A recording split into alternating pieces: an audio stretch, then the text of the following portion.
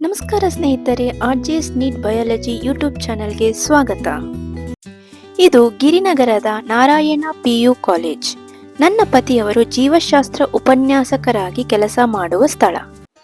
ಸಂಕಷ್ಟ ಚತುರ್ಥಿಯ ವಿಶೇಷ ದಿನದಂದು ನಾವಿಬ್ಬರು ಕಾಲೇಜಿನ ಸಮೀಪ ಇರುವ ದೇವಸ್ಥಾನ ಬೀದಿ, ಟೆಂಪಲ್ ಸ್ಟ್ರೀಟ್ ಎಂದೇ ಕರೆಯಲ್ಪಡುವ ಜಾಗಕ್ಕೆ ಹೋದೆವು.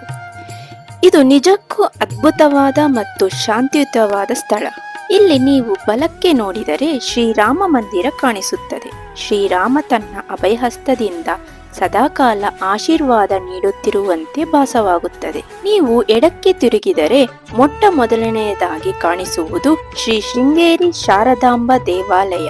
ಬಿಳಿಯ ಅಮೃತ ಶಿಲೆಯ ಶ್ರೀ ಶಾರದಾ ದೇವಿಯನ್ನು ನಾವು ಇಲ್ಲಿ ನೋಡಬಹುದು. ಆಕೆಯ ಪ್ರಸನ್ನವಾದ ಮುಖವು ನಮ್ಮೆಲ್ಲರನ್ನು ಹರಸುತ್ತಿರುವಂತೆ ಭಾಸವಾಗುತ್ತದೆ. ಮುಂದುವರಿದರೆ ಶ್ರೀ ಆಂಜನೇಯ ಸ್ವಾಮಿ ದೇವಸ್ಥಾನ ನೋಡಬಹುದು.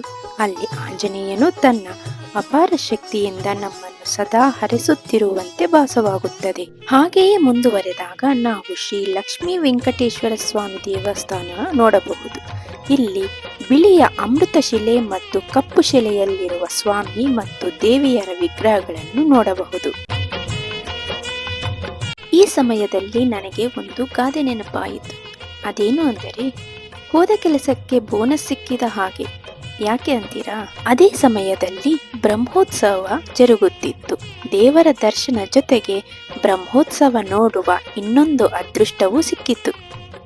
ಕೊನೆಯದಾಗಿ ಆದರೆ ಅಷ್ಟೇ ಮುಖ್ಯವಾದ ದೇವಾಲಯವೆಂದರೆ ಅದು ಗಣೇಶನ ದೇವಸ್ಥಾನ. ಪ್ರತಿಯೊಂದು ಶುಭ ಕಾರ್ಯಕ್ಕೂ ಮೊದಲು ಪೂಜಿಸಲ್ಪಡುವ ವಿಘ್ನ ನಿವಾರಕ ಗಣೇಶನು, ಗಣಪತಿಯ ಆಶೀರ್ವಾದ ಸದಾ ನಮ್ಮ ಮೇಲಿರುವಂತೆ ಭಾಸವಾಗುತ್ತದೆ.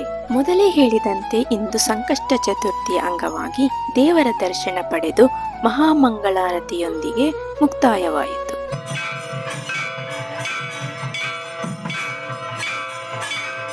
ಇಲ್ಲಿ ರಥಮಂಟಪವನ್ನು ನಾವು ಕಾಣಬಹುದು.